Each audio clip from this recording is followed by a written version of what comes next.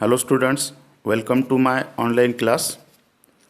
In previous lectures, we have studied the definition of linear combination, linear span, finite dimensional vector space, linearly dependent vectors, linearly independent vectors, and we have proved that if v1, v2, so on up to vn are linearly independent vectors in a vector space V, then every element in their linear span has unique representation. In this lecture, we will prove a theorem and some corollaries. So first of all, theorem, its statement is if V1, V2, so on up to Vn are vectors in V, then either they are linearly independent or some vector Vk is a linear combination of the preceding ones V1, V2, so on up to V suffix k minus 1. So we begin with the proof. So if these n vectors are linearly independent, then the theorem is proved. So we assume that these vectors v1, v2, so on up to vn are linearly dependent. That means their linear combination equals to 0. Then not all the scalars are 0. That means at least one scalar is non-zero.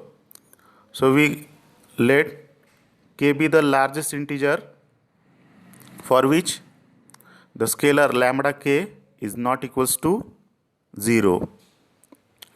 Since every scalar equals to 0 for I greater than k and lambda k is not equals to 0, so we write this linear combination equals to 0, lambda 1 v1 plus lambda 2 v2, so on up to lambda k vk equals to 0. Now we transform this equation, so we will get lambda k vk equals to minus lambda 1 v1 minus lambda 2 v2 minus so on minus lambda suffix k minus 1 v suffix k minus 1. Now here lambda k is a scalar and lambda k is not equals to 0. That means lambda k will have a multiplicative inverse.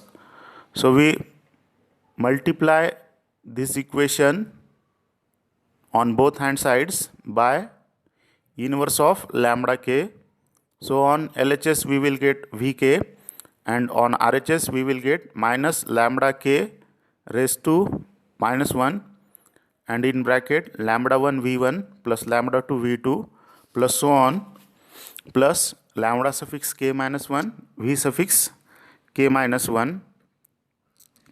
On further solving we will get vk equals to minus in bracket lambda k raised to minus 1 into lambda 1 bracket close into v1 minus in bracket lambda k raised to minus 1 lambda 2 bracket close into v2 minus so on minus in bracket lambda k raised to minus 1 into lambda suffix k minus 1 bracket close into v suffix k minus 1.